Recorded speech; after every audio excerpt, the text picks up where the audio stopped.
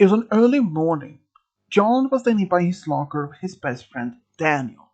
They were talking about this upcoming soccer game against a neighbor's school. Since John was the team captain of the soccer team, they were just usually talking about who's gonna win this time. And Daniel mentioned that this team of the neighbor's school is a tough one. But they have played against this team before. But from what Daniel told John, well, John, I actually heard that this team actually have trained a lot more and are seems to be very confident that they're going to win this game. Huh, as if, said John with a smile. You know we always beat them, and we beat the others. Yeah, that's true, but we should not be taking just, be comfortable after today, just always been, I know what you mean, said John. We don't have to take this celebration on a run away, because, if we do, we end up being so confident we can win, but it turns out we lose the game instead. Exactly, said John. Said Daniel. So, since the game is about 2 weeks, have you practiced anything about your team yet? Asked Daniel. Well, yeah, like almost 3 times in a week. Have you talked to the coach about any particular strategy for your team? Um, Not to say I have, but I actually going to do that after school, said John. And after suddenly they heard the bell start ringing. Oh man, we are getting I'm getting late for my first class, said Daniel. Same here, said John. So both took off as fast as their the first classes. Daniel had English while John had chemistry. John was actually one of the most a popular guy at school. All the students and the staff liked him. Had no problems. Sometimes he even stayed behind at school to help. But even so, John was actually very looking forward to this game after all. This is the first big game they had since after the winter holiday. But when he just arrived to chemistry class, before the teacher was about to start the class, there was a knock on the door, and in walked the principal. Then the teacher turned around and said, Principal Adams, what can I do for you? I'm sorry if I barged in like this, but if I interrupt the class. Oh, we haven't really started class yet, so what can I do for you? Well, we have a new student here, and I wanted to take her to this class since this is supposed to be her first, and yeah, and I also want to ask if there's any student here that is willing to, show her around.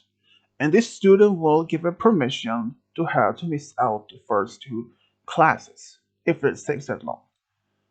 And there was no one actually was willing to do it. But then, principal, I can do it.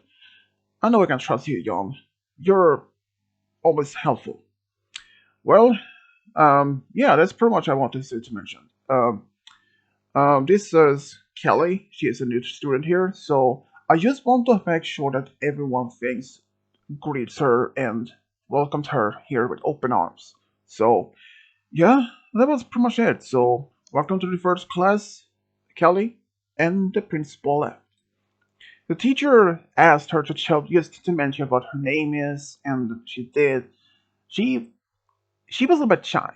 She was a little bit quiet, but she said that she was very happy to be at this new school, and the teacher actually put Kelly to be John's partner at the chemistry. So she walked over to his table and they started class. During the class, though, they actually had a small conversation while doing their first class together. John actually felt that she was shy and felt a little uncomfortable, but that was completely understandable. Being transferred to a whole new school, a whole new environment, and a new strange people around her, that is basically understandable. But after class, She actually walked with John around the school. She already knew where the principal's office were, so he showed her around to like cafeteria, where to find the library, the nurse office, and some other classes. And he even explained that even at the first time when he started the school, even he did actually had of a little bit hard to find around. And she made a little laugh, and he said, "That's okay. Even I laughed about that sometimes afterwards." Um, I how about I actually introduced you to my best friend Daniel at the lunch break in the cafeteria later?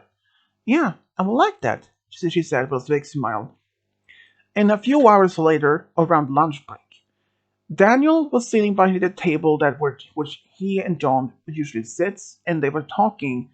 And Daniel actually had heard that John had showed a new girl around. He asked about her and what she thought about her so far, and that John said, "Yeah, she's actually a bit shy, but kind of actually nice person." And as they were talking, suddenly they noticed that there was someone standing by the table, and as both looked, it was actually Kelly. "Oh, hey, Kelly." But before he could say anything, suddenly there was another voice behind her. "I would not let you sit there," said his voice. Both John and Daniel looked around and saw it was Becky. Becky was the school's cheerleader and also a popular girl, but also known as the school's bully. She actually had been bullied a lot of students at the school ever since she started the high school. She has never been caught by any of the staff or that any of the people she had been bullied who had been too scared to make anyone a statement to a teacher or anyone. But the only ones that knew about this were probably all the students, including John and Daniel. "But I was invited to sit here." "No, you're not. You were a nerd, and nerd sits over there," said Becky and pointed with her finger. "But do it as I say, or I will take your food away from you." But before Daniel or John could even say anything, Kelly just took a tray of food and just walked off to this turn on the table where Becky pointed. How did she have the nerve to sit here? Then she just walked off as sit by her friend Molly. "How dare she can even do that?" said Daniel. "I have no idea. I mean, she has the nerve. I mean, Kelly is just a new student, and now this. Suppose the rules that Becky had made," said Daniel. "Totally agreed on you on that one. Becky had made supposed rules that she declares who is a popular or who is a nerd. And that meant to her that nerds and popular were not allowed to even interact with each other, no matter what. Not even after school or even at school. So she had declared herself, Daniel, and John to be among the popular, since John was a soccer team captain, and that Daniel was also his best friend, which makes him included as a popular student. But it was one thing that Becky didn't even know, that John absolutely hates bullies. And he just said, "I just wonder, or at least hoped one day that someone would have brave enough to even expose her as a soul's bully," said John, a little bit angry tone. "I hear you on that one, John," said Daniel. "The school actually had non-bullying policy, meaning if a student ever been caught being a bully, it could either be suspended for 2 weeks or even being expelled permanently. But so far, some of the students that Becky had been bullying has never been ever been brave enough to even to tell a teacher or even a principal about this, which is something very angers both John and Daniel. And that's something John actually had some experience. Because when he was in middle school, the first 2 years of middle school, he was bullied by a group of people. And that made him to hate bullies. And he had made a promise himself to always stand up. But for some reason though, he has never actually he tried to have talked he knew exactly which students who had been bullied by Becky and tried to convince them to just tell someone. But they were never able to do that. And he later find out why they did. Because she had scared them so much that she had told them the principal will never believe such nerdy, ugly students like you. I mean, I am so well liked by the staff and other students, and they will never believe you over my statements. Even Molly, my best friend, can always confirm I have never done it. That one of those statements made John to literally hate Becky. But it was another thing. Becky also had this huge crush on John. And that's something that John was completely aware of. When he found out about it, he told himself it is not happening that she, even if she wanted to make hits on hints, like trying to make some sort of suggestions or maybe some hints that I should ask her out or be her boyfriend, but it's not happening. And even when he told Daniel about it, and he's like, "Are you kidding me? She little loves you that way. I know you won't even be there with her for like a million years," said Daniel with a joke. No, I would never do that. But as the time went on, as the day went on, John and Daniel went to have their classes, and even after school was over, John went straight to the gym class to find his coach. And he and the coach were just talking for about maybe 20 minutes about any particular strategy that they had, since the coach actually very much value John's his leader skills. And when he had any ideas or any suggestions that the team could do, like any strategy to pass the ball or something like that, he was always taking that in consideration.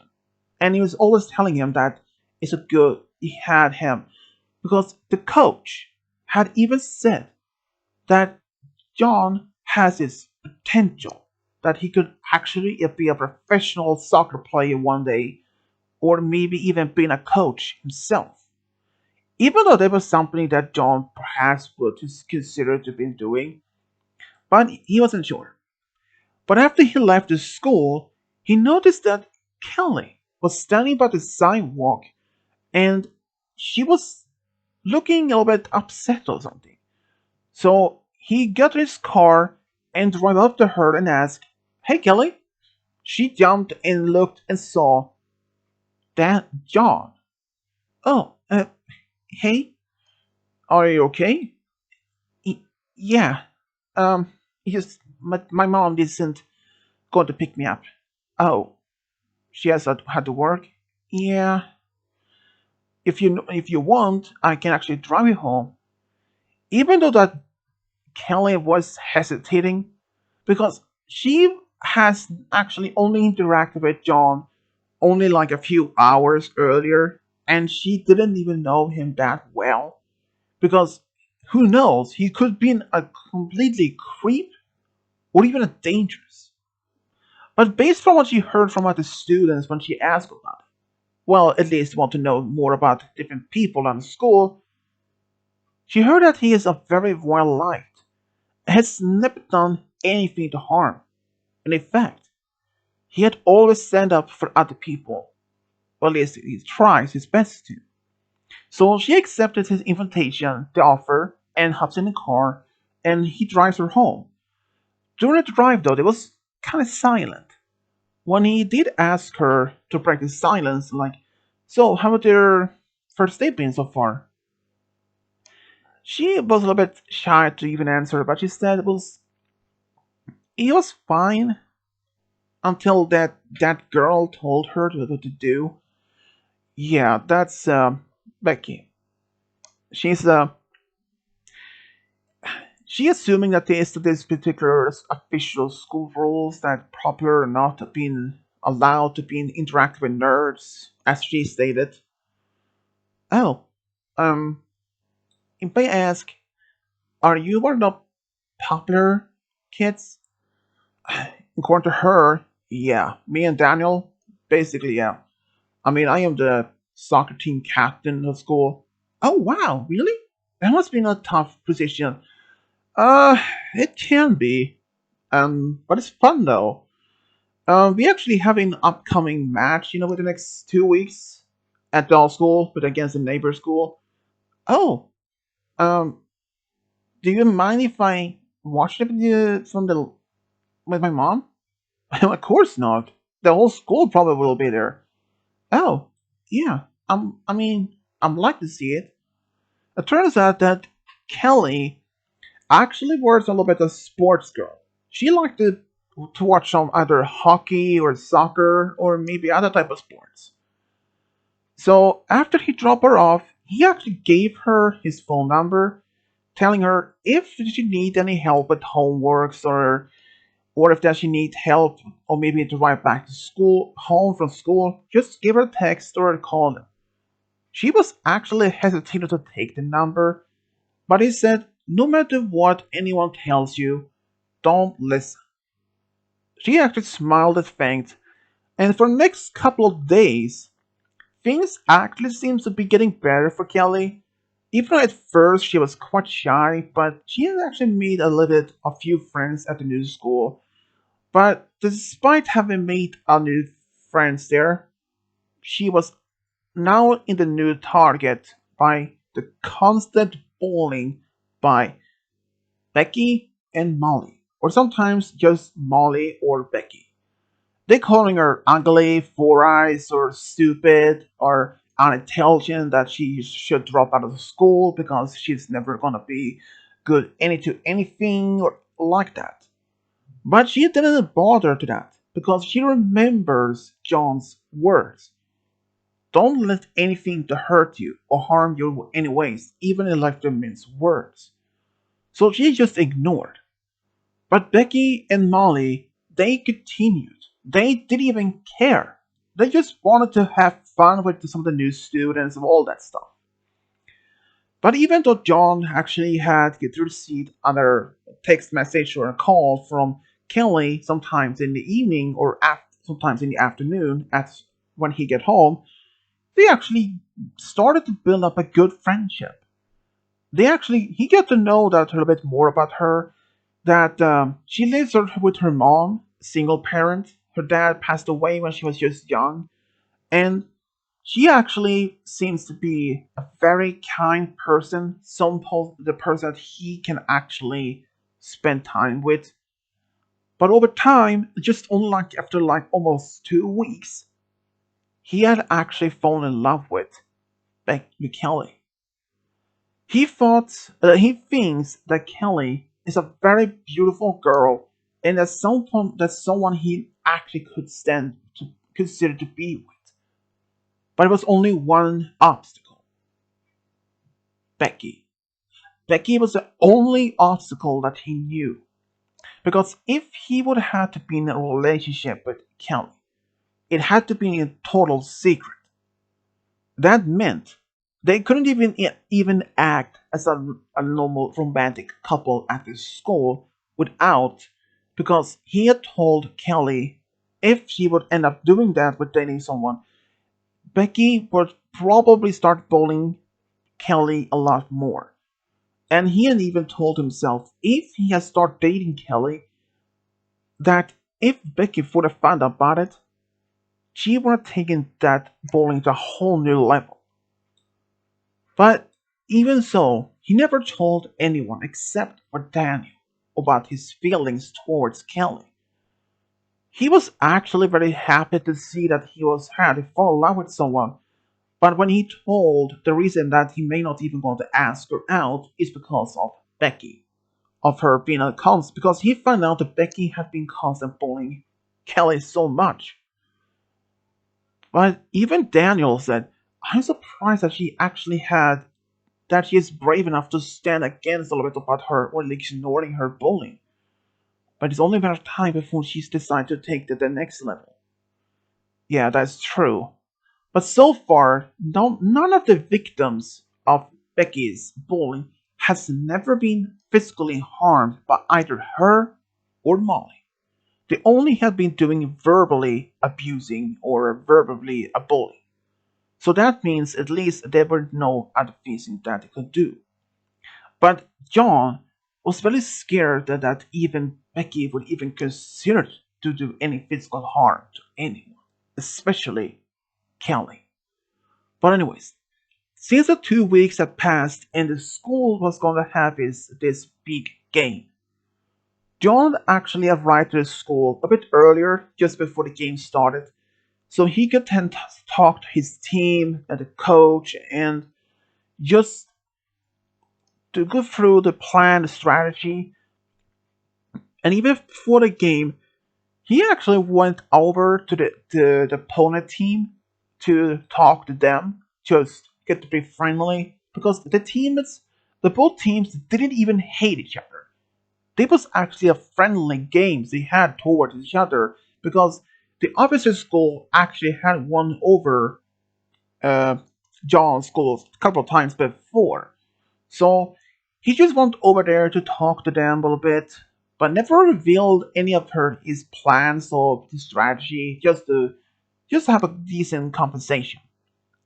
But after he left their locker room, he ran into someone, Becky. Since she was going to lead the cheerleaders at this game, she tried to make a little bit like a seductive move towards him, but he just ignores those signals or what he called it. But as then the game started, John was standing on the field while he saw Daniel was sitting on the bleachers watching the game with his parents, and he noticed one girl, Kelly. She was sitting by the top of the ledge of the bleachers with her mom.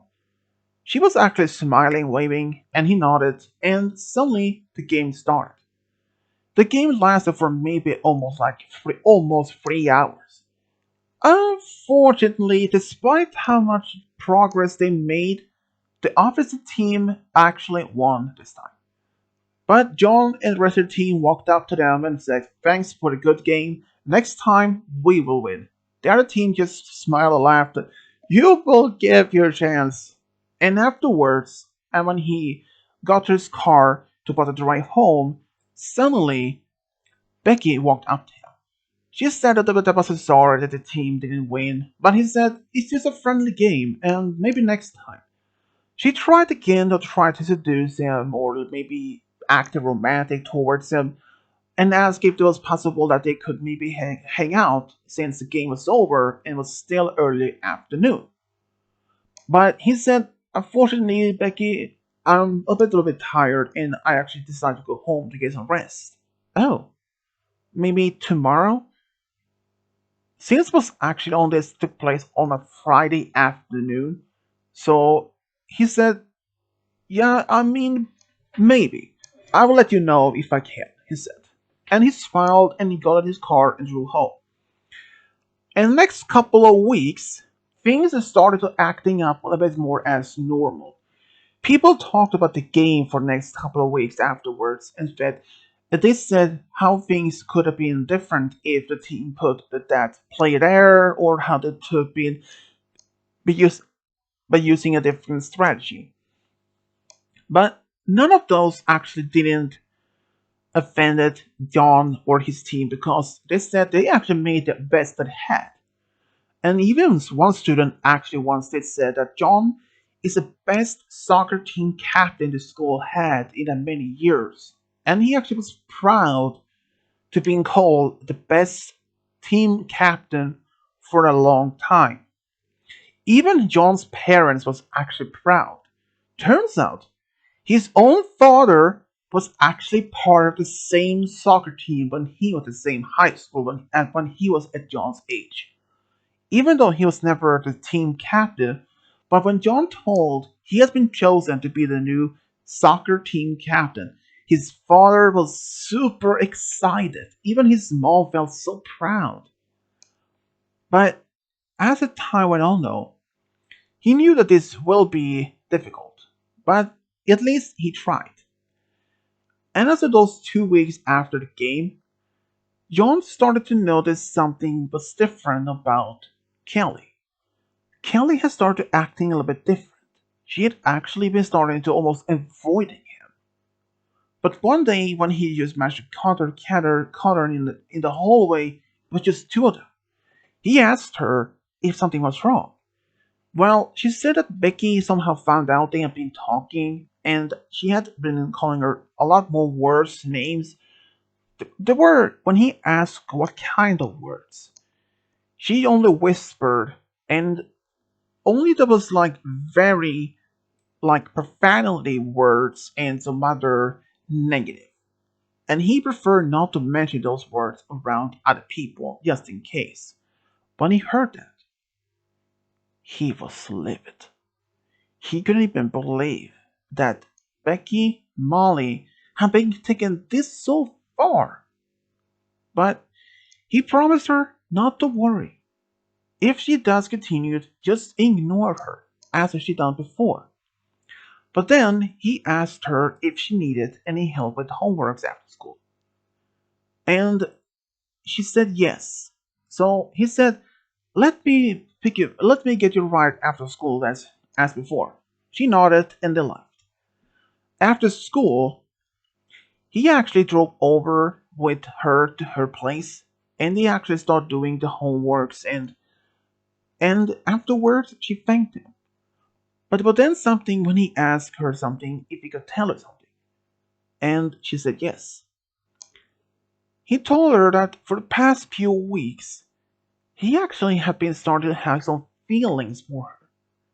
But he also told her that he understand that she didn't want to be with him due to the fact that if Kelly or that Becky or Molly would ever find out about it, that they would probably target her even a lot more.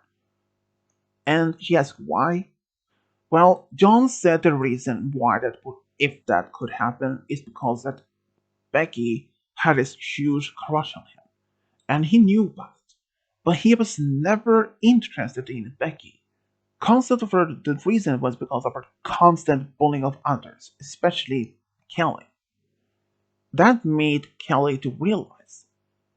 But she said that she would even care if that even if she dated him, she would even dare to even to let that bother. Then she actually said that she would like to go out with him if he would like it. He was actually not even expecting that kind of response from her, but he said yes. They decided to go out to the movies on the next Friday, which only were only a few days away, but they decided to keep it a secret. But she was okay if he told Daniel, because Daniel was the only one that he trusted the most, and he always kept his secrets. The next day at school, John did actually have told Daniel, and he was so proud. But like he said, he will keep his mouth shut. He will not reveal anything, especially to Molly or Becky. On Friday, they actually went to the movies and they had a great time. And it was just watching this comedy movie and just having a lot of laughs. Even after the movies, though, Kelly actually asked that John if he would be interested to come over to have dinner with her and her mom so that she can actually get to know her better. He wasn't really nervous or anything, so he said yes. So they drove over back to Kelly's home, and when they arrived, Kelly's mom actually had already prepared dinner for all of them. They had actually a good time, and they actually Kelly's mom get to know him better by asking some questions about himself, or like what he saw about him doing in the future for the next 10 years or something like that. He said that he actually had plans for to see himself get finish college one day, get married, maybe settle down with a start a family, something like that. It was something that that Kelly's mom, actually felt very good answers.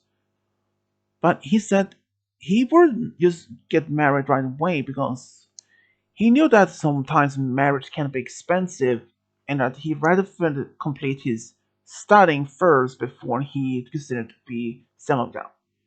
And it was something that Kelly's mom actually accepted because she told her that they were exactly the same thing she did before when she met Kelly's dad at college. And suddenly he passed away when Kelly was only like 5 years old in an accident. But he felt sorry about that. Afterwards, Kelly walked out with John and gave him a kiss on the cheek and thanked him for this amazing dinner and this amazing date. He had to say that he actually had a good time and asked if she would like to go out again, and she said yes immediately. They decided to go to see another movie the same next Friday. And after almost 2 weeks of it and going out, they decided to make it official. And Daniel, he was overjoyed to see his best friend be with someone. But was just one slightly problem: to keep it a secret from Becky and Molly. But Daniel told John, you know, this might not be as a this might come out for some reason. Anything is possible. John knew that Daniel had a point, and that it, it could eventually somehow come out if they find out about something. And unfortunately, after about a month of being dating, Becky and Molly was out and in the town when they saw John and Kelly at the mall.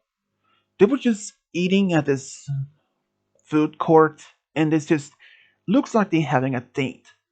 And after they realized they weren't being a couple, after asking around as some other students, some students actually had figured out, and they confirmed to both Becky and Molly, which made them both stunned.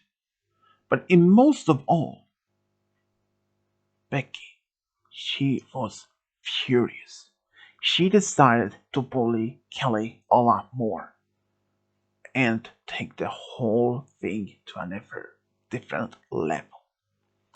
Because only a couple days after she found out, when Kelly was alone in the girl's restroom in the school, she heard the door opened and she heard it was Becky and Molly. But she told Molly to wait outside to be like a lookout. She would knock on the door if someone was close, so that she would even get caught. This was one of the ways that she managed to stay away from being caught by any staff. She literally walked up to Kelly, and what she did at this time, actually held out a pocket knife towards Becky, like Kelly, and said, "You stay away from John. He's my man. If you ever continue to be with him, this will be the last thing you will see." She was threatening her with a pocket knife, but she wasn't meaning in the statement that she would hurt physically. But she said, "If you even dare to continue, I will cut off your long, beautiful hair as a warning. Remember that." But there was something else. There was even another false threat. She knew if someone actually found out she actually was the one that did it, and if someone noticed that even that Kelly usually has long hair, and during something in the middle of the day, when someone finds out that she had shorter hair, they probably ask, "What happened?" It's unlikely that she would just cut her hair herself. But even though the pocket knife was just a false threat, but Kelly just nodded and said that she will end the relationship with John. But she lied. Even after this, after school, when she get home, she immediately called John. Oh, hey, sweetie. Something wrong? She can actually heard that she but was a bit freaked out. And then she explained, and it was a silence for that. She said, "What?" said John angrily, almost screaming. This is getting too far. Now this, we have to stop her. But how? I don't know. But some way we had to. And they decided to think about a way to do so. They planned to do some way to stop this. But unfortunately, those plans would eventually get on hold, stop on hold. Because about a week later, during the during the math class when John was sitting there, suddenly the speakers went off. Can John please come to the principal's office, please? Can John please come over to the principal's office, please? Thank you. Everyone looked at John. It's like, why? John has never been called over to the principal's office before. Never. Everyone knew that he was a good student. So this was not that he was in trouble. Maybe it was something else. So John left the class. He left the classroom and went over to the principal's office when he found his mom crying. He was stunned because he knows that his mom is usually at work at this time of the day. Mom, what are you doing here? And what's wrong? The principal Adam said, "You may have to sit down, John. We have some bad news for you." So John was like sitting down and maybe thinking, is he gonna be pulled out of school, be transferred or something? But what the principal had to tell him was not even something that he was not prepared to. Turns out, only about an hour earlier, John's dad was on his break, was actually at this work at this gas station outside town when this guy walked in and demanded to hand over the money from the cash machine. And John's dad would try to act calmly and through doing so, but doing it slowly so that he managed to get so the police get there in time. But the guy somehow got a hand on noted this and said if he doesn't hurry up, he will fire his firearm against him. But John's dad tried still, even though he was freaking out inside, but he tried to act calmly. But as he was handing over the paper bag with some of the money in it, the guy saw there was only like maybe as close to $400, and he demanded more. Then he demanded John's dad's own wallet, but he said that he hasn't even had much on himself. Maybe another $150 or something, but he didn't believe him, and he tried to once again to hand him over the wallet, but John's dad refused. And this guy was getting more irritated. So, without a warning, he fired 3 times in John's dad's chest, and the guy took off with the money that he managed. John's dad unfortunately collapsed to the floor, passed away only like shortly before the police arrived in time.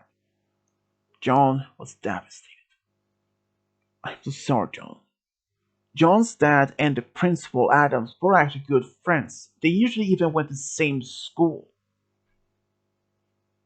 John was devastated. It is okay to you to leave the school early today. I'm just. It can't be true. I'm afraid it is. And I know the pain, John. Your dad and I were such good friends. And I know you way well. You know, When he told me that he and your mom was getting married, and then later on when he told me they were expecting a boy, I was so happy. And his mom looked at the principal and nodded with a smile, even still crying. I noticed, like, he's a good friend of mine. So, John, you gotta put my permission to leave school early today. So he did.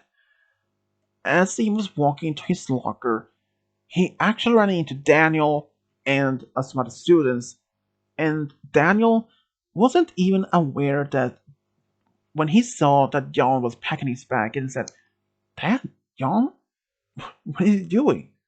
I mean, you still have school for like until like 3 p.m." But John was silent. He didn't say a word. "John, are you okay?" Daniel asked. But as he looked at John, he sort of was crying. "Wait, have you been expelled?" And people was turned around when he heard saying that.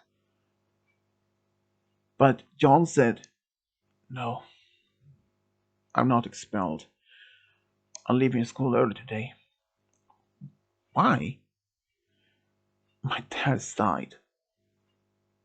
He was shot, killed, at work." That was the only word he said before he closed the locker and just walked off. There were only a few people who could actually hear this statement. They were stunned. They can actually understand the sorrow in Daniel. He was dumbfounded. His own best friend's dad had just been murdered for some money that was even not enough. Because he later found out from the principal and other few students the reason, more details, and he was dumbfounded. But he decided not to call his best friend the same day because he decided to let him be so that he can be alone. And when Becky found out, she was shocked because she knew how close John and his dad were. She was devastated herself. But she knew now that John may not be coming back to school for a couple of days or so. And she was right. He decided to stay home from school for the rest of the week. And the permission was even allowed from the principal, considering the circumstances. When Kelly, when she was told from Daniel, she was stunned. She knew exactly what he was going through. So when she called him, even though she thought maybe it was not the best idea, but at least she knows what John was going through. She lost her dad when she was younger, so she at least had some experience. Even though she texted him and said that maybe that he doesn't want to talk to her right now, but she only said she is there for him to talk at any time. And in fact, he did call her up right after, and they talked for maybe like almost 2 hours. He was devastated. But thanks to Kelly's comfort, he felt at least happy that John had someone there. By the end of the next week, John went back to school, and a lot of the students actually walked up to him and said they felt sorry about his dad's passing. And he accepted they felt that he felt they appreciated their comfort. And even Becky, for once, she was actually honest, and she didn't act cruelly to anyone. She walked up to John and actually gave him a hug and said she was sorry about his dad. He hugged her back and said that he thanked for those words and he appreciated it. And then, rest of the day, people actually looked at him, but he tried to act normally as before. By the end of the day, a couple of weeks, they had his dad's funeral. He had decided to invite John, Daniel, Kelly, and Kelly's mom to the funeral. They did. He was devastated. He knew that his dad was so happy that he one day became this soccer team captain, and they even went sometimes they even went out fishing for sometimes for a couple of days, and like for the weekend, and even worked on the cars together. He was so close to his dad. But this not only the loss was not only affected him so much, his own mom was so devastated.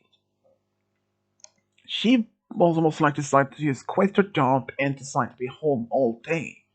But John managed to convince her this is not the way to do this.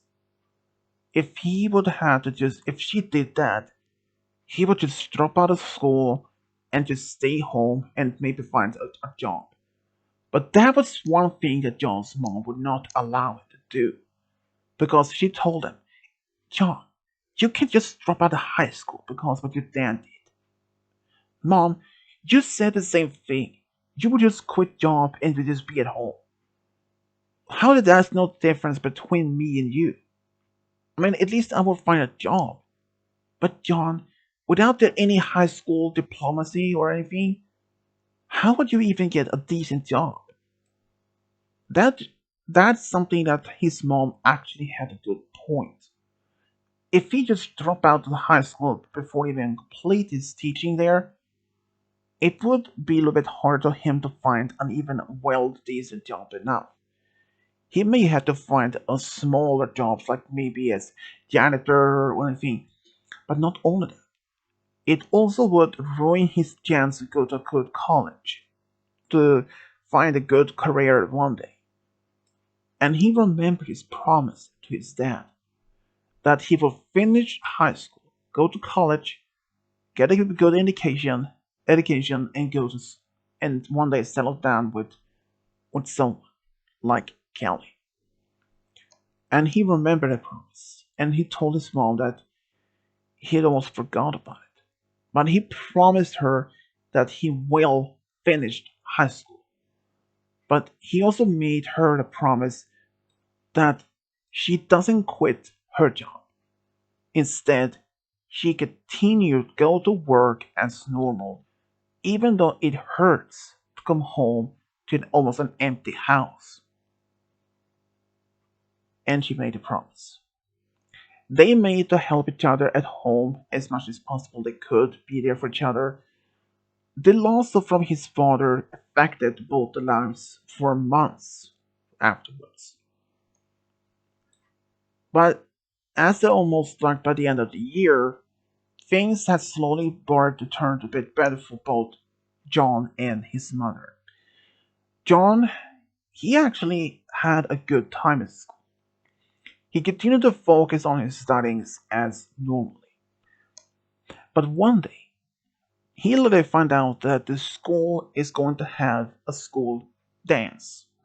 And he was then approached by Becky in the hallway, asking her, asking him if he could take her to dance. But he said that he had already has a girlfriend.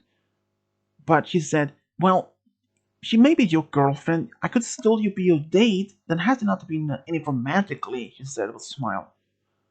But John realized that if he did went with her, she would still try to steal him away from Kelly. And he said, "Becky, I'm sorry. I'm actually going with Kelly. I already had asked her," which wasn't even a lie, because he had even had asked her only a couple days before this. And she said yes. Becky was trying to act calm, but she was furious inside. And she said, "Oh, well, maybe I will find someone else to be with, to go to the dance with. I know you will. I mean, there are a lot of decent guys here." Yeah, there's you're right about that. But even John realized that he knew that Becky wasn't even happy. But he didn't care about it. He tried to move on after the loss of his dad, and now the school dance was going to happen.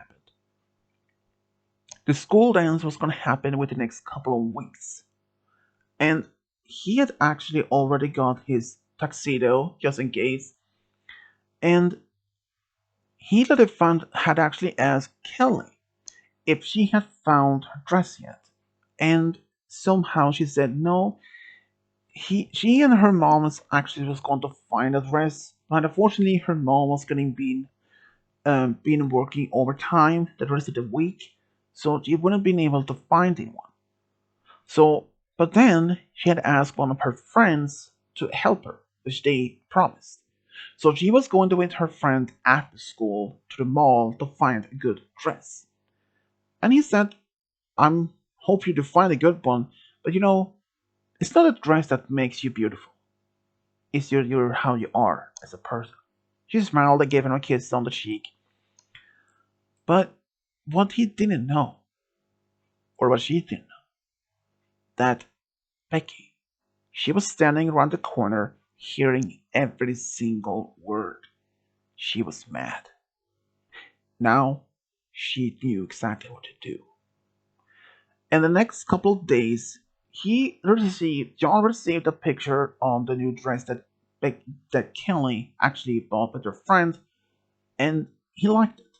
It was this dark blue dress, and he loved it. They wouldn't understand what Becky and Molly had in plan for this. But as the last couple of weeks went on, the school dance was getting closer, closer, and closer for each single day. But despite this, it didn't went just one day without John thinking about his dad since he's passed away. But at least one thing that was actually some little bit comfort. Only a couple of weeks after that his dad was killed, the police actually managed to find the guy who did it, and he was sentenced to 30 years in jail for a murder and attempted robbery. And it turns out shortly after that, he tried to attempt to rob a few other people and managed to do so, but at least he get a long time jail sentence. That was at least a comfort to both him and his mom to find out that the one who did his crime will be behind bars for a long time after onwards. And a couple of weeks later, John was actually getting ready to his date with Kelly to the school dance. He was actually picking up her in his car, and they drove to the car to school and just having a great time. During the one they were in the school dance, it happened that they danced a lot and they walked away from each other to talk with other friends, just socialize and stuff like that. But during the time when John was talking to Daniel across the room, Kelly was standing by herself having a drink when suddenly Becky and Molly walked up and said, "Ha, so your date finally dumped you here." "No, he's right over there talking to his friend," said Kelly with a smile, but they didn't care. "So here you're standing with just the most ugliest dress that I ever seen." "Oh, well, John likes it."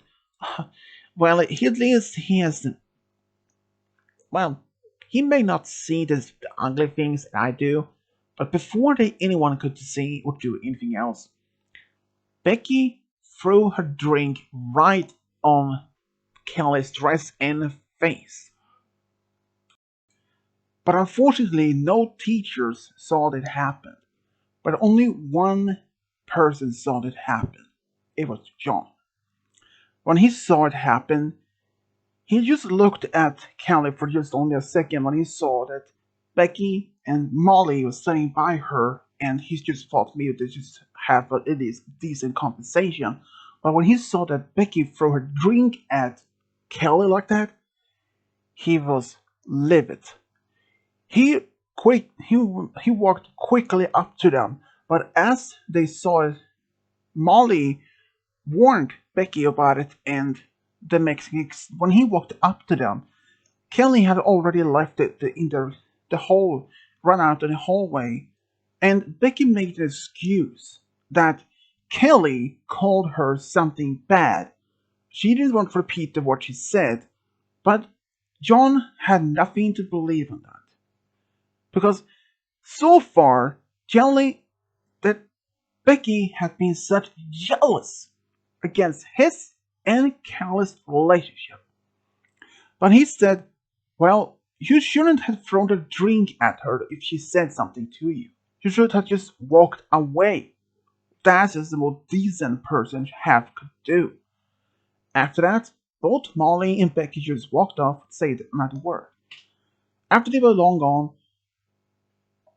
John ran after Kelly, find her in the girls' restroom, knocked on the door if it was okay if he could come in, and she said yes. He said that he saw what happened, and he said that Molly and Becky told him that she said something bad about Becky, which would have meaning that she threw the drink in her face. But before Kelly could say anything or respond, John said, "Don't have to believe it, that sweetie. I don't even believe a single word what she said. I know you would even say anything like that. And if you want, we can leave the school and go back to your place." And after all, the drink was had made a big stain on the dress, and there was nothing else that they could do, like try to fix the problem. So she agreed. But after they got to her place, her mom was even at home at the moment. So after she got home, she put the dress in a washing machine right away to have it clean by the next day. So John stayed by the evening until her mom got home to just watch a movie together. She was actually a bit surprised that she was home early. And both make an excuse that they said that, yeah, it was getting a bit boring after eventually, so we decided just leave early. And Kelly's mom actually bought it. She actually never told her mom what happened because knowing how much her mom loved the dress, and if she saw the stain, she would not have been happy otherwise. And the next day, when they came back to school, people talked about what happened. And even though the people saw it happen, or at least some actually asked why they left, well, Kelly made an excuse that she wasn't feeling well and that John had asked her to just drive home, which she did. So people bought it. But the only one otherwise who knew about the real story was actually Daniel. And Daniel, he wasn't happy either. But this was far beyond that Kelly and John would even expect to happen. Knowing how much that Kelly would have been suffered from Becky's constant bullying, and what they had far first believed that this was the farthest she would go, both would be absolutely mistaken about that part. Because one day, when Kelly was in the hallway by her locker, she was holding in her some of her homeworks that she had been worked on. She heard a voice behind her and noticed it was a girl. Maybe it was one of her friends. But when she turned around, it was actually Molly. But as she knew that Molly is usually not alone, and she was right. As she turned around, Becky was standing behind her. And just before anything happened, just in a blink of a second, Becky grabbed Kelly's homework, ripped it in pieces, and said, "Whoops, I'm sorry, it just slipped my hands." Kelly had her worked hard on homework. She cried and said, "How dare you? I mean, what if I did it to your homework? What if someone did it to yours? No one even wouldn't dare to do it." "Oh, how do you know?" "Because I'm popular and no one even dare to touch my stuff." And they just both, Molly and Becky just walked off laughing while Beck Kelly was standing there crying. She had enough. And but as she was just going to her class, she had to make an excuse to the teacher saying that she forgot about to do that she forgot the homework at home and asked if she could bring back the next day. The teacher said that was okay. So, but she did tell Daniel and John after school by John's car, and both have it enough. But unfortunately, it was nothing else they could do. Even if that Kelly would tell the principal or even the teacher, Becky and Molly would make excuses that would say that nothing happened. What she was doing was a lie. They had never done anything. Because on the record, both Becky and Molly had a perfect record. They had no marks, no warnings whatsoever. Kelly, even though she is the most newest student at the school, she has no marks, no warnings either. But since Becky and Molly is all about has been going to in the school year, has been the second year already of the high school. So people probably knew that they probably would be being bullied more over than the new student. But what they didn't know, though, things would eventually get a lot worse. Because one day, when Kelly, when she was in the hallway walking to her locker, she opened the door and suddenly this big kind of explosion happened. Someone actually somehow snacked in this paintball bomb in her locker. It exploded paint right in her face. And people standing around in the hallway saw it happen, started laughing, and she was made and it's like a fool herself. So she just closed the door and ran off from school and went home. But it wasn't until like after the school was over when John and Daniel was standing by the car waiting for Kelly. Huh, I wonder what Kelly is. She usually did this late.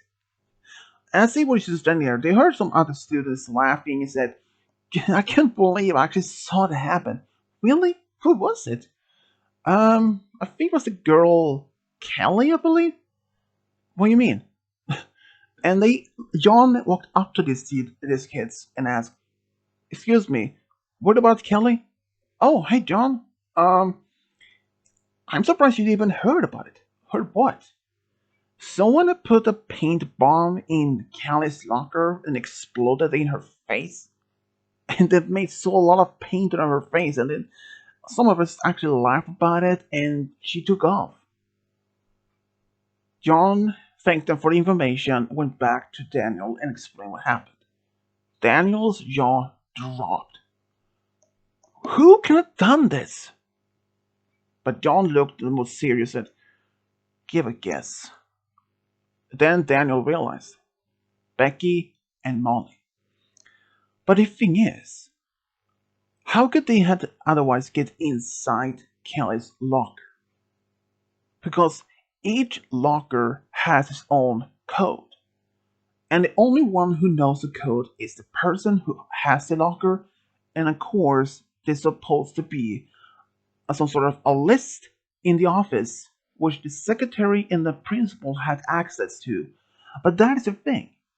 No one else should just will be able to just walk in and ask for anyone else's code, because that would be against the school's rules. Unless someone has been sneaked into the office, managed to find where those codes lists were, and managed to find the name and the code locker and enter it. That is something that they both could have done, but it's very difficult. I mean, the secretary is usually not leaving the office or her desk. Well, the only time she does when she uses the restrooms, but yeah, I think that's only enough time for both Molly and Kelly and Becky to have it done. Yeah, but unfortunately, we can't prove it. We can't prove that they actually one who did it. So after that, both Daniel and John drove home. John called up Kelly at the same moment when he get home. Luckily though, the paint wasn't that ink paint. There was like this water-based paint, so they couldn't be easily be washed away with just soap and water. She was devastated about this prank because it was going too far. Unfortunately, nothing else that what they do could prove there was actually Molly and Becky behind all this. But she said, I don't know if I want to go to school anymore. This is way too far. But John said to her, just hold out, and they will figure out a way to stop them once and for all. But, I mean, if we manage to get this suspended, how do you know that this was actually going to stop or not? She had a point. Because if they managed to get both Molly and Becky suspended just for 2 weeks, there's no matter way to say for sure that when they will get back and how they were somehow planning a revenge against Kelly and even a lot worse revenge, that was something that both John and Kelly worried about. But they had to do something. And even though that John could just go up to Principal Adams and telling him what has been going on, but it would be his words against Molly's and Becky's word, like he and she say scenario. And it would even be worth it. Because they would have to be in, because the principal would have to ask John for any actual proof, any evidence that the both the girls are behind all these pranks. Without any fingerprints or any recordings or anything like that would have been how much would have been useful. But without any of those recording, any of those proof, it wouldn't be worth it. Prince, because without those proof, the hands of the principal would be tied. He wouldn't be much able to do anything. Because if it did, the girls could have probably saying that just Kelly had been doing this on herself and explain them or blaming all that happened on her against Becky and Molly because they are popular and that Kelly is not as popular than she is. But that was another thing. They probably would have to have also proved that she is the actually one who had been doing it. But then, thinking about recording, then John said, we will have this recorded. But how? I don't know. I will always be around as possible in your area. What if me, Daniel, will have our phones ready to record what's happening? But what they didn't know, this would eventually happen quite soon. Because only 1 week later, John, Daniel, and Kelly had to talk about this. But one day, when only about a week later, Kelly was standing by her locker, and then suddenly Molly and Becky walked up to her, and as she was in her locker, Becky slammed the door, fastening almost in her face, almost hurting her. And she said, "Oh, here's the ugly, stupid girl in the school. What are you doing here? I thought you left by now." And she was referring to the one she had the paint in her face. "I know you and Molly was the one who was behind it," said Kelly back, a little angry. "As you can prove it all." "Well, I mean, what if I told someone?" "Yeah, but like what you said, you can't prove it was any of us," said Molly, almost sarcastically. "Well, something. I mean, what about fingerprints? People touch your locker all the time. You, John, Daniel, or some of your friends, or perhaps even staff. So that would not be even not even useful either. So you both admit it was actually you and Molly being put in a paintball, and the other things that you threw the drink in my face during the dance. Well, yeah, because we don't like you. We really want you to leave this school. You don't belong here. You don't belong anywhere and at any school. You should just go to somewhere deep in the forest and just simply vanish. You don't need to exist on this planet. You're like an insect. We could stamp on you as much as we wanted if we were never being punished by anyone. Oh, really? Why is that? Because no one actually dares to do that. And then suddenly Molly walked up to her and said, as you will ever try to do that. All right, it's the time when you broke out, you hold your pocket knife in my face, Becky. You remember that? Well, yeah. I mean, even though that was just a false, that was just, I wouldn't even use it against you, but still. Well, you didn't know. If you didn't know, bringing weapons like knives to school is illegal. And you could be arrested for that. Or at least been expelled. I hid the knife so no one would even see it. Oh, really? Well, that's good news. Well, I'm sorry, but I don't believe you. I mean, I don't believe any of this. I mean, why would you bring the weapon to the school and threaten me? You don't get it, do you? Said Molly. We can do anything we want to. We never get caught. Let me guess. You've been using the same tactic to others to threaten by using the knife on them so that they would even be telling this principal or anyone? Ha! Precisely, said Molly. That's exactly what we would do. And if you don't do it as we tell you, keep your mouth shut, or we will do something. What will I like that be? And before anyone could actually have something, Becky then punched right in Kelly's face and gave her a black eye. This was the actual very first time Kelly actually, or at least Becky, ever hurt any other student physically. Becky! Why? Said Molly, suddenly surprised, because that was something that they hadn't planned to. She started to piss me off, said Molly, Becky said. And Molly and Kelly just sat on the floor, holding her face, and come on, let's go before anyone sees us. But as they didn't know, this would be the end. Right after that Becky and Molly had just walked away, John and Daniel walked around from each different corners, and they had their phones in their hands and said, "This will be enough proof for the police." I'm sorry, Dad. I'm sorry about that, but about your Kelly, said Daniel. I mean, this is the first that it haven't happened. It's okay.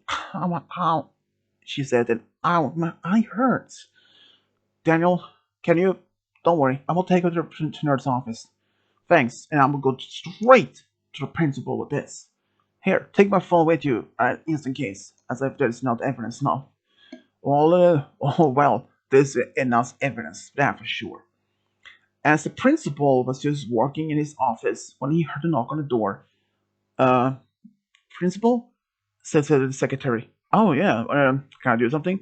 Yeah, we have a student here. He requested for he like demanded to talk to you.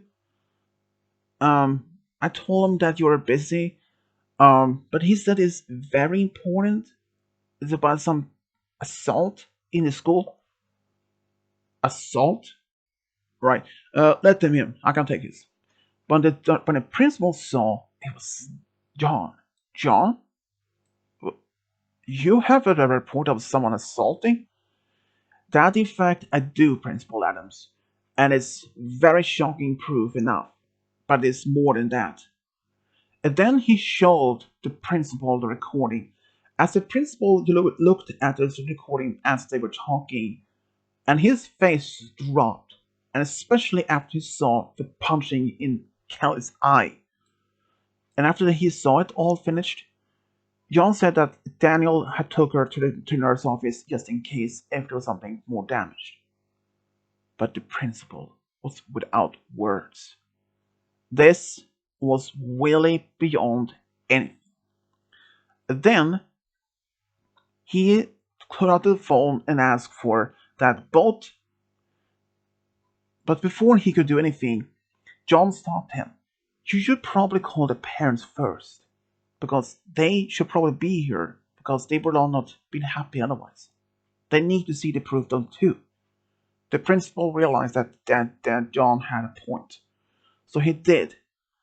And after that, John still remained in the office when that both Becky's and Molly's parents showed up.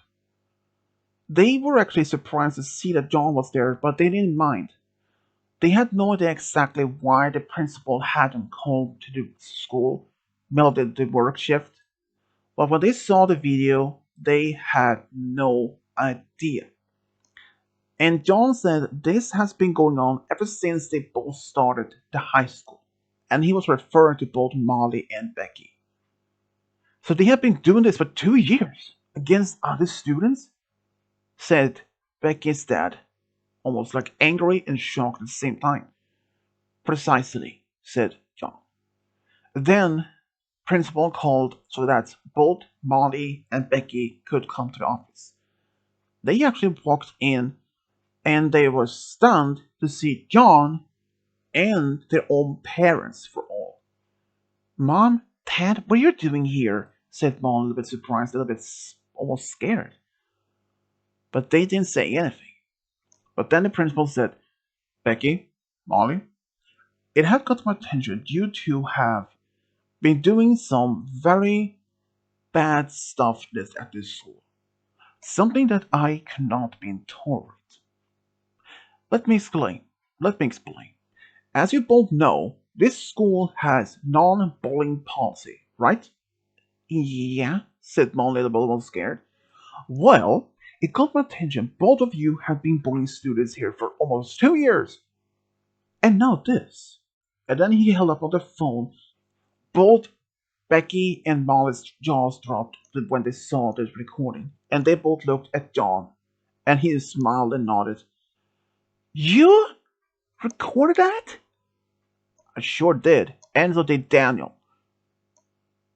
And this proof, said the Principal Adams, is enough for me to be expelling you both permanently from this school.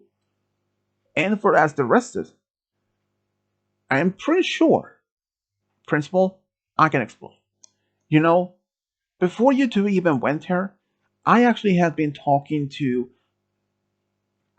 my girlfriend, Kelly, and she wants to press charges against you, Becky.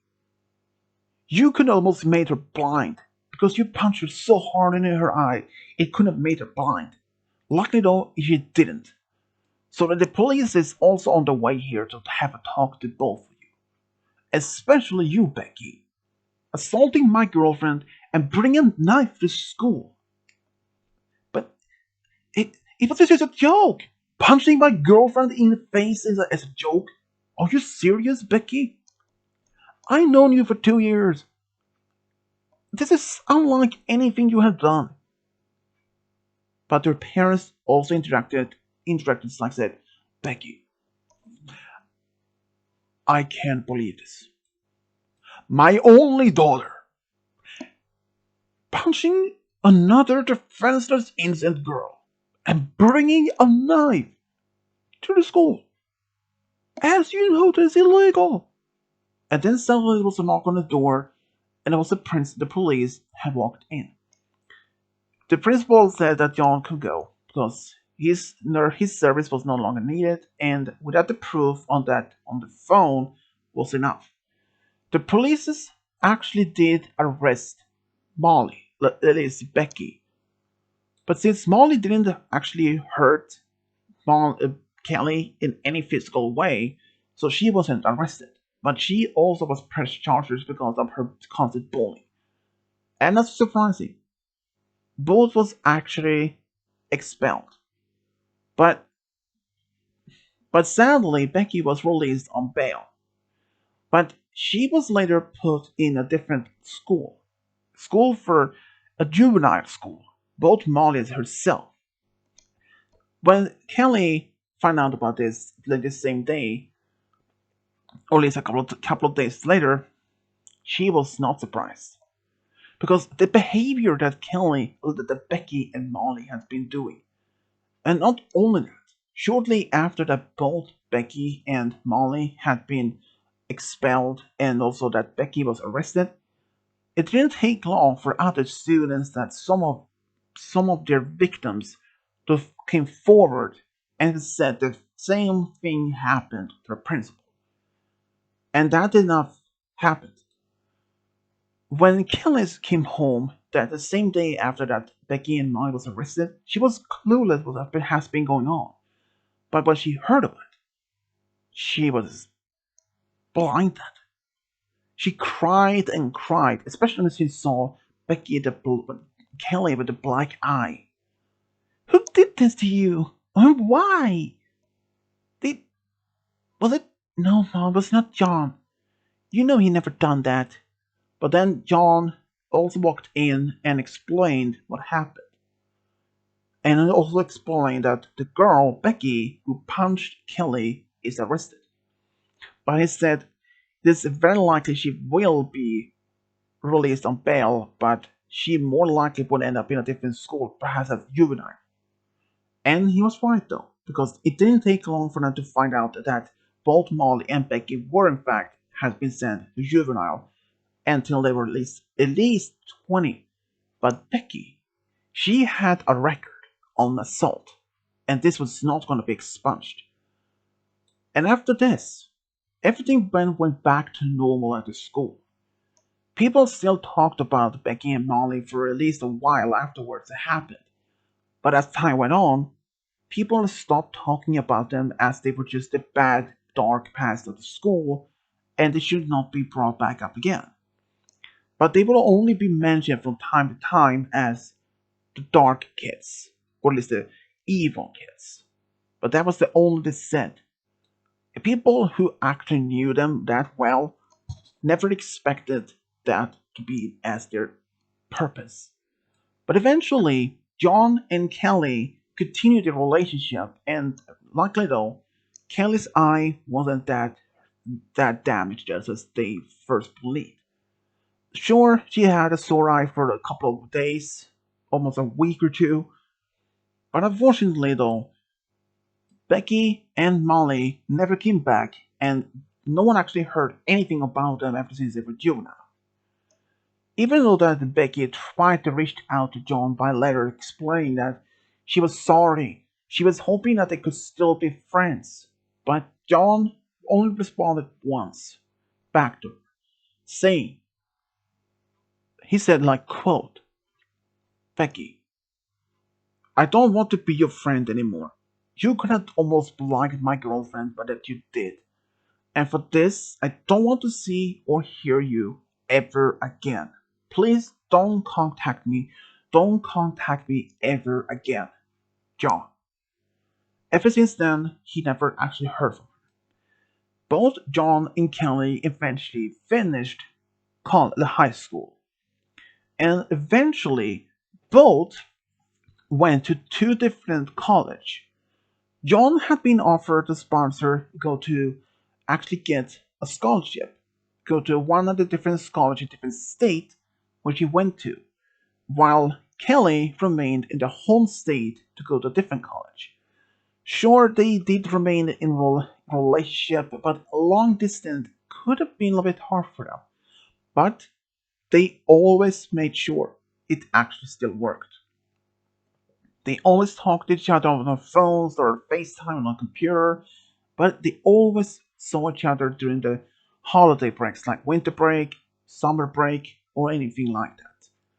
But eventually, at some point, both Kelly and John eventually finished college, and John he moved back home to his own hometown again. But at some point after that, John was actually offered to be as the coach at the same high school. Turns out the old college that he used to have when he was in the soccer team had retired.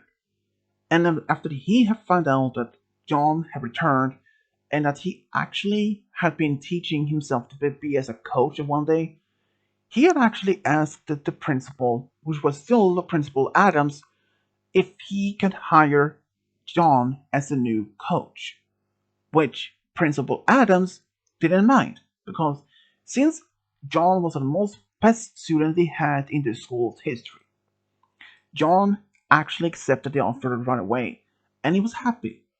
And he actually started teaching the school gym and even the soccer team. The soccer team, which had by the time at this point new students, some of them actually had heard about John to be the former soccer team captain when he was in high school, and now he's the school's coach. They looked up to them, and some of the male students actually saw him like an idol, like a big brother role model or something. What about Kelly? Well, she actually started working at the grocery store in town, and eventually, when both was actually have turned 24, which they make them has left college around only 1 year after, they actually bought a small apartment in town to live in. Sure, they was in a small apartment, but they made it best as they could as to be living together. But what Kelly didn't know that now that John had at least complete one part of his dream, or at least two parts. One, complete college. Two, get a good job.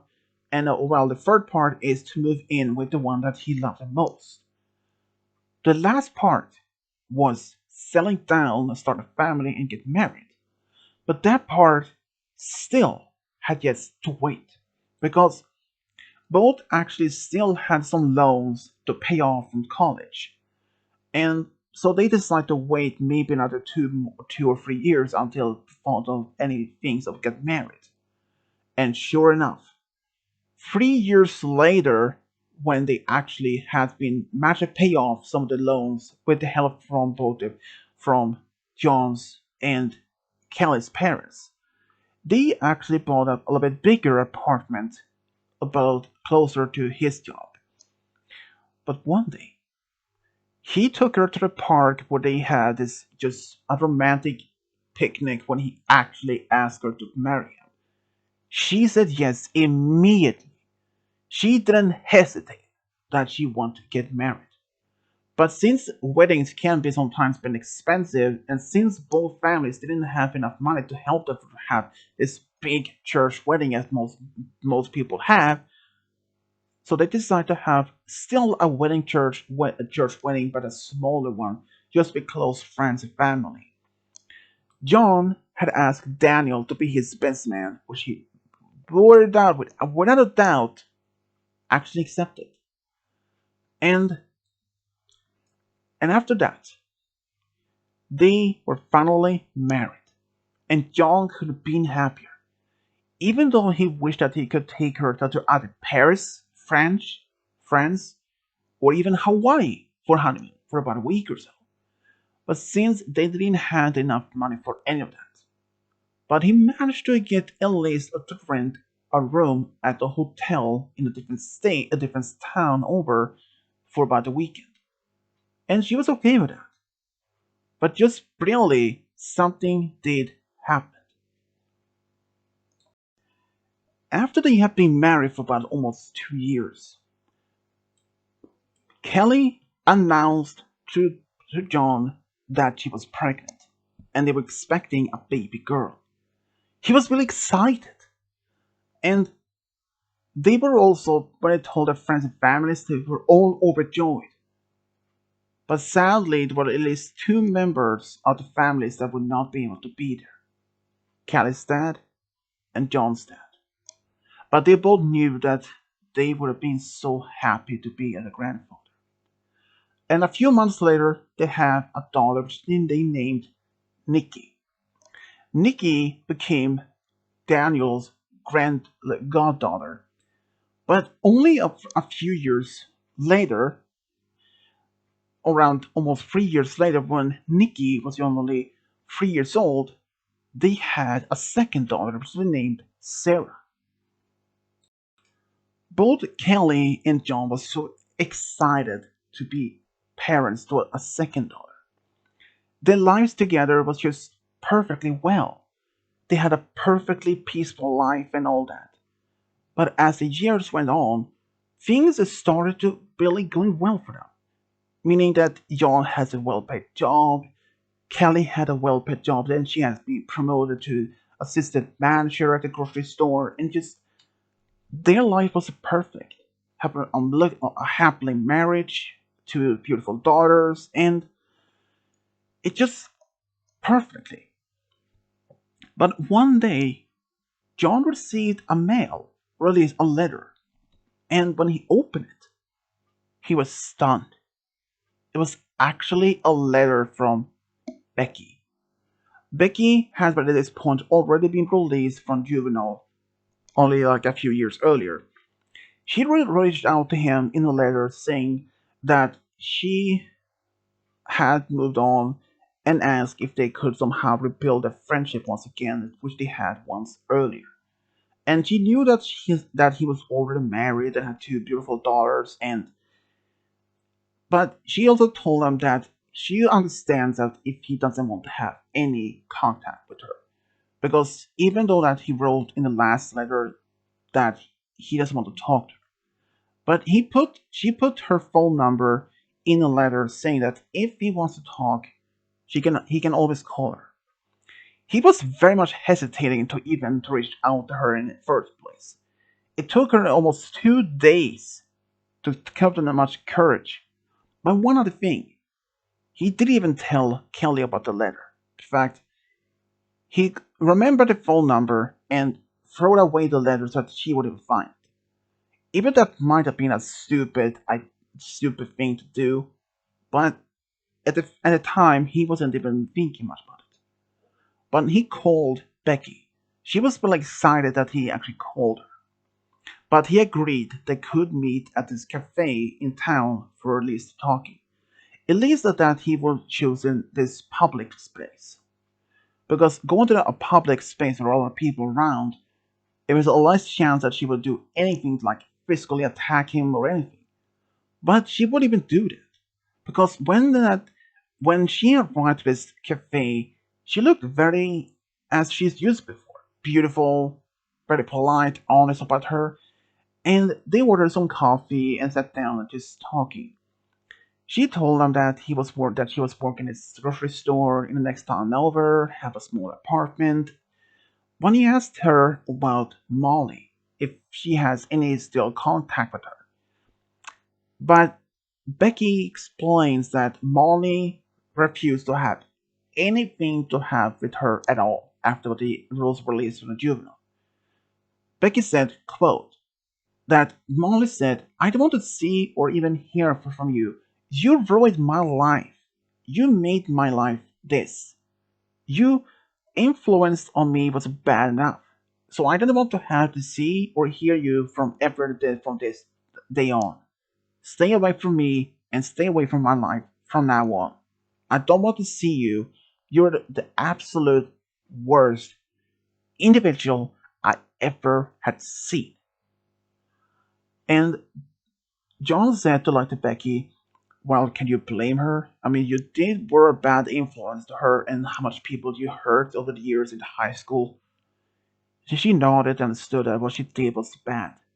But even though John was hesitating to even believe a single word was Becky been telling him, for what he knows, she can completely lie to him so that he will feel very sorry about her. But for some reason, she was actually honest. She hasn't even talked to Molly since they were released from juvenile. She asked them what he was doing for work, and he actually explains that he's the new coach at the same high school they went to. She was a little surprised because you, the new coach?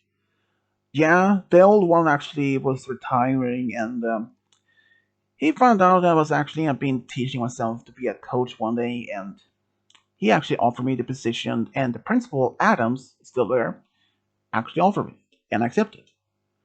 And I can't believe that you actually married and have two beautiful daughters. John actually, without thinking about it, actually showed both Nikki and Sarah on his phone. Even though that she said that they were beautiful angels, and she knew that John wanted to have a family of his own one day, and there was sometimes he did talk about back in high school. And after that, they went separate ways, and John still remained in contact with Becky from time to time. They just either text each other, just call, just having just a normal conversation. But he still haven't mentioned this to Kelly. It should have, because what he didn't know, things would eventually turn way darker in the future. But he didn't think about it because he thought that she actually had moved on and that she had no grudge against him or Kelly or even jealousy. But only a few years later, when Nikki had just turned 8, she was going to turn in started in second grade, and she was so excited. Both Kelly and John was so happy to see their eldest daughter going to the second grade, and they could have been happier. But they also gave her this, told her that they were happy. They were happy and proud of their biggest, oldest daughter. Even Sarah was a little bit jealous that her own sister was going to second grade. She also wanted to go to school, but both John and Kelly told her that even though she is a little bit too young, but she will eventually start second grade and the first grade soon. As the time went on, after a couple of months of being, Nikki went to the second grade. One day, there was this older woman around the same age as John and Kelly standing by the gates and asked her if she was Nikki, and she said yes. She said that she was her dad's cousin, and that she was actually there to pick her up because usually it's either Kelly or John to pick up uh, Nikki from the school. But this woman said that she is a cousin of her dad's side of family, and that she said that her dad and her mom was too busy to pick her up, so they had asked her. And Nikki didn't hesitate to believe, so without a doubt, she actually got in a car and they drove off. But this woman turns out to be Becky. Becky actually took Nikki from the school. But instead of being acting weird, she only actually acted quite friendly. And this actually happened on a Friday. So, and since both Kelly and John was working late that day, or at least a bit later than usual, but during the time, Becky drove all the way to her new hometown, the new town she was living, and she said that she made a story that both her parents actually had asked her to look after her for the weekend. But Becky wasn't going to stay in this town. They were only going there to get some supplies, some other necessary things that were needed, and left again. They actually drove to a different state away from that, almost like 2 states away. By the time when they were already had left the state, Kelly received a call from the school and asked if that they had picked her up, their daughter yet. But Kelly said no. I'm actually at work. I had to work overtime. I thought my husband John would be picking her up, but Nikki's teacher said that John hasn't even been there, and he has also been called and said that he was busy and hoped that maybe Kelly can do it. So they actually had asked. So Kelly called her mom and asked her if she had picked up Nikki. But Kelly's mom said no. Same thing for as John's mom also said the same thing. Now they were getting worried. Where in the world were their daughter? And who picked her up? Usually the other dad they picked her up or she would take the school bus. But she wasn't on the bus. But she wasn't on the bus either. And now the parents was getting so freaked out. So both immediately called the police, and they went all the way to school to find any sort of witness or any signs of what happened to her. Unfortunately, the school didn't have any security cameras at the other from the gates or at the near school's entrance, and there were no other people there. Most of the staff had already left, or there were just no other students there anymore. But they managed to reach out to some of the students who were actually at the school and ask if they had seen anyone any strange around Nikki that afternoon. Only two of Nikki's friends said that there was another woman there by a car who actually picked her up and said that she was Nikki's dad's cousin.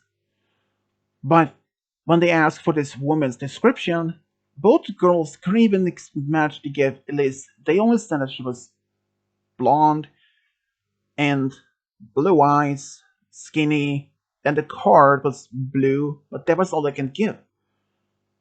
But the thing is, Nick John do in fact have several female cousins, but none of them actually matched that description. Most of them are either brown brunettes or at least dirty blonde, like mixed up brunette and blonde, and brown eyes, the blue. And even so, he doesn't even know anyone who drives a blue car. But since the police couldn't even get this description of the car, only that was a sedan, and but they couldn't even give the model or any license plates number, so there was not much that they can do. And unfortunately, there were no traffic cameras on that particular road, so they have no idea where Nikki were. So both the rest of the day, both the families decided to try to figure out who could have done it and why, for what reason. And as the Friday came and went, Saturday and came and went, the whole weekend, things started to look very worried. The police said now that has been almost 2 days, almost 3 days, there's a very low chance that they could actually find the daughter safe and sound. They may have to been looking for a kidnapping. But still, they have no idea who can have done it. And despite the vague description of this woman, there was much else that police can do. Just keep an eye out open for any potential suspect.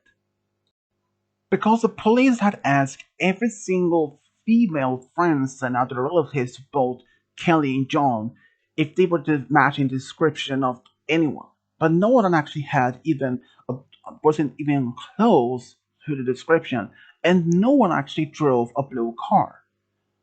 And as the time went on, even Sarah, even though she had, despite being young, been asking where her big sister Nikki was.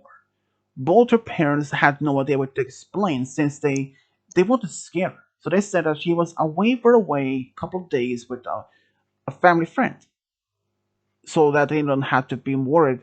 But that made at least Sarah a little bit jealous because why would she allow to go with her sister as well? And because she thought that she was also a big girl enough to be go with her sister with family friend.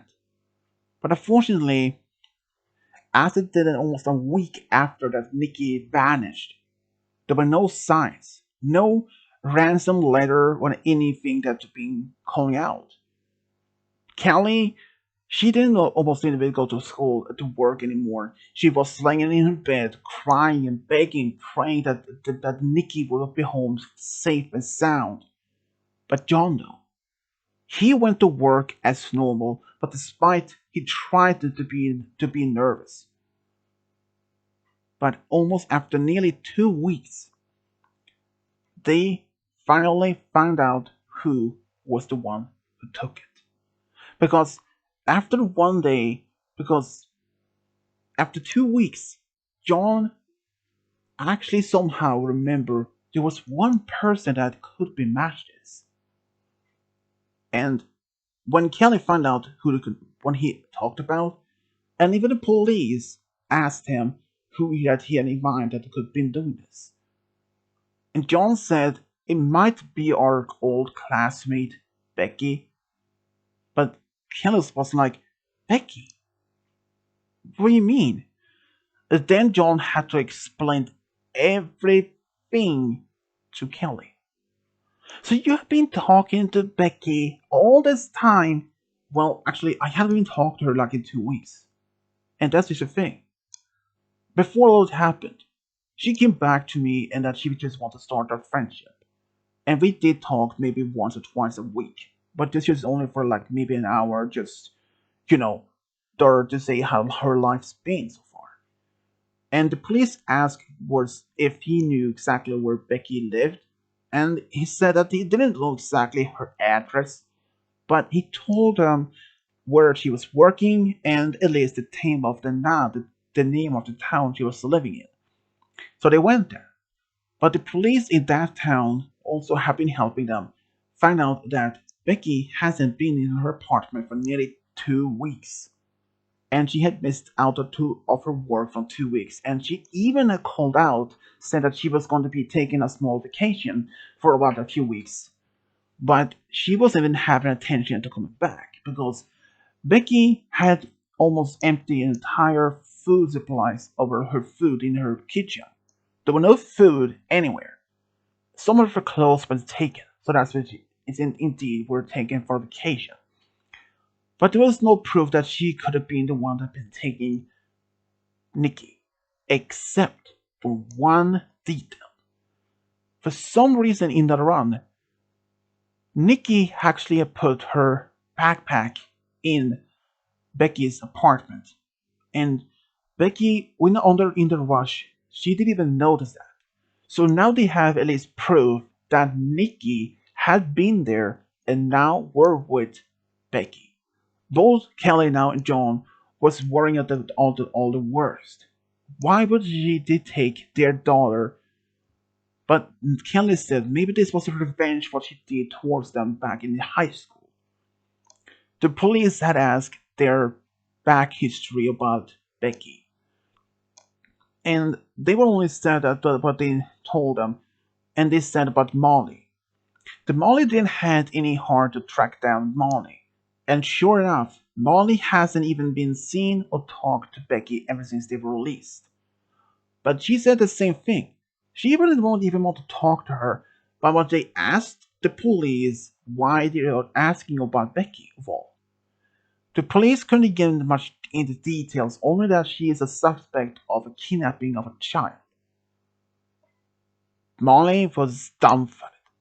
Becky has sunken this low to go so far, kidnapping a, a child from two old classmates. Molly said if she knew figure out exactly where Becky can have been hiding or anything, they had to been told now. Unfortunately, but Molly since she said she hasn't even talked to Becky in a while. But she knew that Molly told the police that she knew that Becky's family has an old cabin beyond the mountains, and maybe she could be there because her family hasn't even used that since the boy was sent to juvenile. After since she was released, Becky's parents had disowned her own friend, their own daughter, but she did. They didn't want to have anything to do with it. But even though the police reached out to Becky's parents, when they were told, they informed what she had been doing and what she is a suspect of, they were not surprised. Because was she back in high school, but this was the absolute worst. But they asked from her about this cabin. Becky's dad confirmed they do have in fact a cabin, but they haven't been there for a while since they didn't need it. Has been falling apart during after the storm, but it was just a little bit round down, but at least, but they haven't been there. So the police had asked for a location for this cabin campaign, and Becky's father didn't hesitate. He actually handed over the exact location to find his cabin. So the police reached out to the police in that state, in that city, and that county to help. Sure enough, they managed to find the cabin. But the police had told Kelly and John don't give any strong hopes that they could even be in there. That even despite this was a possible lead, it could also be even be a setback. But it wasn't. Because when the police in that county reached out, managed to sneak into the area, middle of the evening, they found cabin was actually habitable by someone. There was no car, there was only one car, but it was hidden so that no one could see it. So the police managed to sneak up to the window just to see.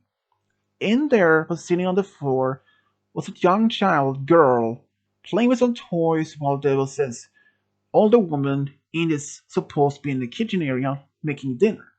The girl was playing and she noticed the police, but he made a silent movement and she nodded because she knew that something was bad or that she had to be quiet. So the police actually informed what they had, that he found her, but it was a disc problem. This older woman, well, this woman was handling a knife.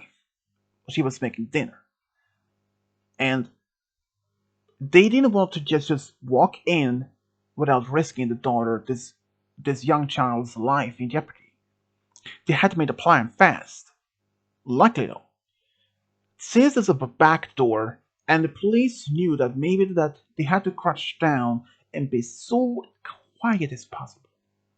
And after that, the police gave the signals and burst in from both back door and front door by kicking the door in and ran up to her. And before any that Becky could do anything, one of the officers grabbed the young, walked up to Nikki and asked if she was okay afterwards. But Becky screamed, "That's my daughter! Let her go! She's my daughter!" But here's the thing: Nikki didn't even look anything like it as Becky. But they asked the daughter, the girl, if that was her mom. But she said, "No, that's my dad's cousin." She spit a smile. Nikki was young and she had no idea that she was actually being kidnapped.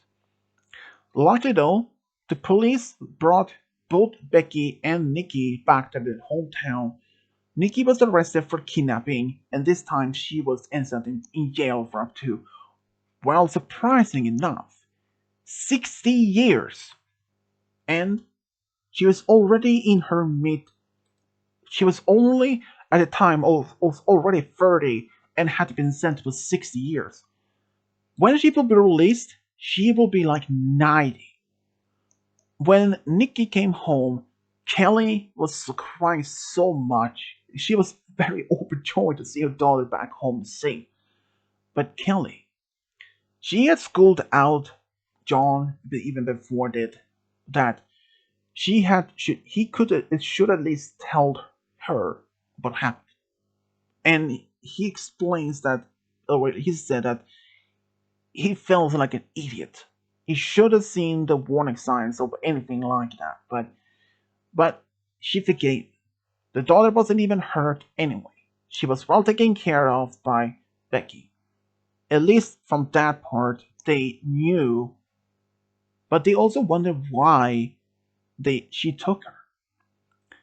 The only thing that John couldn't even think of when he told the police the same thing, that he thinks that since her former love was already married with someone else, that there was no way for him to go to be with her.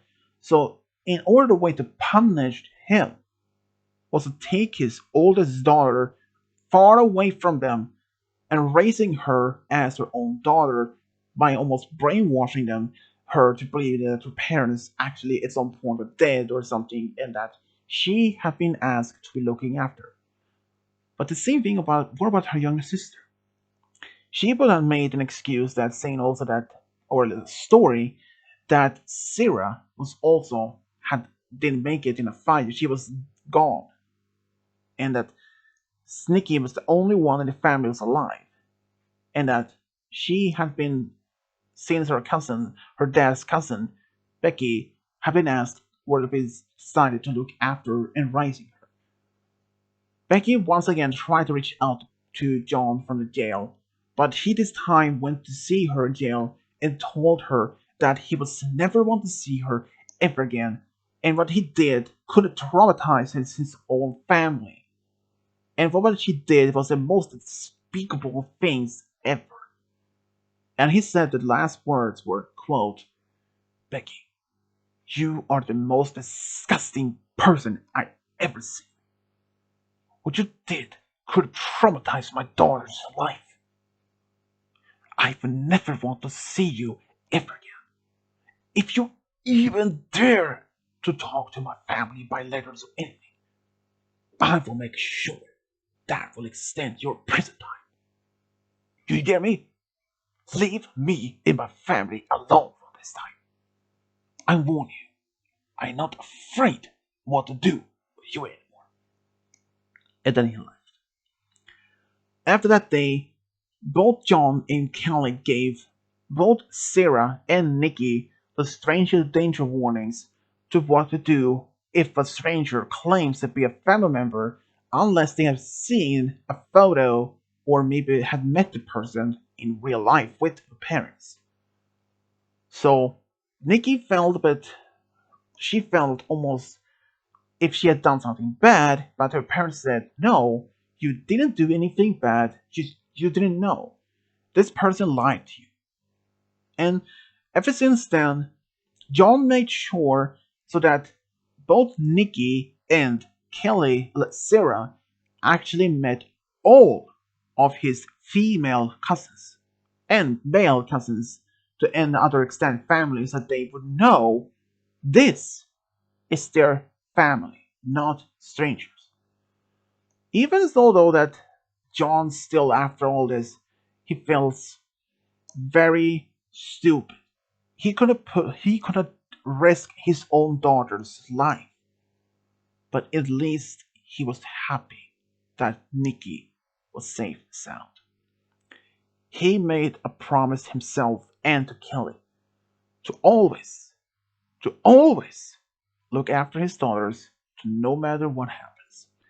And in fact, when they were older, he decided to train them in self defense if something would have happened.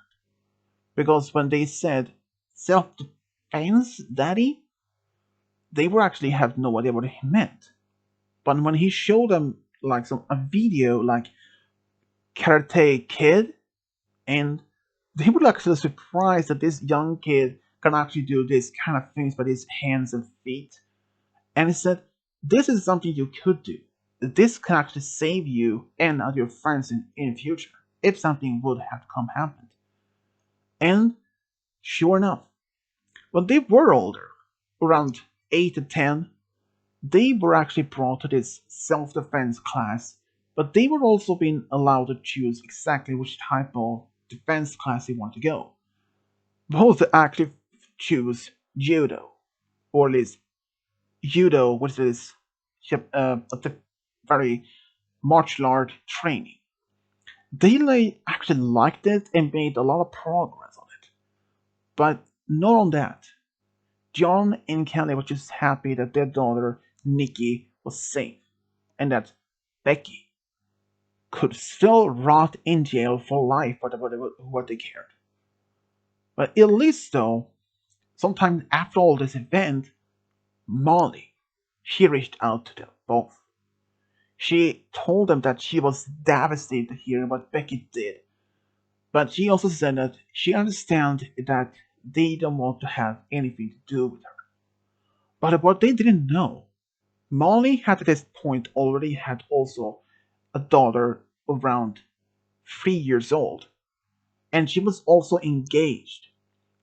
And even despite that Molly used to be Kelly's bully in the past, she and Molly actually got close. They actually got closer over time and considered each other as best friends. And over time after that, it was like Molly was part of the family. Something that both Nikki and Sarah could actually, when they saw her from time to time, they called her Auntie Molly, which always made Molly smile, seeing that she called them her sweet angels, and they trusted her. She would never even to do anything to harm them, because it would only not only that, because since she had a daughter of her own and a fiance, why would she do to risk that all for anything? She even had told Kelly that if they need any babysitter, she was always been there for them. But over Nikki and Kelly, But Kelly and John could have been happier to be with the one they loved the most of all the whole world. Ever since they went back in high school, when John found out that he had a crush on Kelly, he was very, very hesitant to even to telling her about the feelings. Because back then, when Becky was a school's bully, he didn't want to have any to put any more of Kelly in more jeopardy, in risk of being more bullied, traumatized. But in the end, he doesn't care about that anymore. In fact, he actually thinks that what he did when they went on a first date and more, he actually made a good choice. Because if he had even done that, he would have missed out this amazing life with the one that he loved the most of all. Even Kelly. Kelly was really happy that John admitted his feelings for her. After all that, there was nothing else that they could have done otherwise. Because if Kelly had even had even been there, or even if John never actually told her about his feelings, he would have missed out so much. Especially all of this happiness, this pure joy. Being married with the one that he loved the most and having these two beautiful daughters in his life. All of this is something that he really very much treasured, that he treasured the most of all. But having at this point in his life when Becky came back, all of that could have been jeopardized. Becky could have almost have ruined his perfect life. His oldest daughter was kidnapped, and and even at that time, even though he didn't admit it, but he was a brain almost to crack. He felt that he couldn't take it anymore. But luckily to have when he had Nikki back in his arms, he couldn't been more happier. Because having Nikki back in his life again, even though she wasn't of any physically harmed or anything like that, at least he was just glad that Becky had a decent sense not to harm the girl in any way. But he had some sense that Becky, she really wanted to be a mother. But since how based on her behavior in the past and how she perhaps was probably didn't have any particular luck of finding a boyfriend. So in when she found out this was something that he made just thought was possible at least, Without that, without that, Becky couldn't find a decent boyfriend to be with that couldn't eventually settle down with, and she made a plan. She reached out to John to see if that they could still make a friendship about again. Is that, but he thinks that acting that she want to be a friend with him again was just a smoke screen or just some pretending that she was interested to be a friend. But there was in fact a plan, getting closer to family so that she could make the deal by stealing, kidnapping Nikki from her family and raising the girl as her own daughter.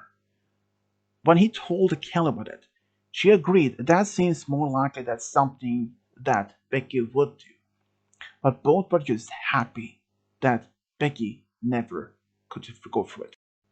Because going through that would have jeopardized not only because she would have been living on the run for perhaps months or years until the law enforcement would have eventually called off the search for Nikki, and that she could be living with Nikki but a different name as her own daughter eventually.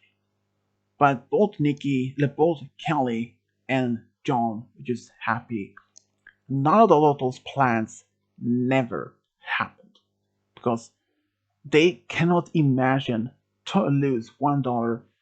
If that had happened, they have no idea what they would do.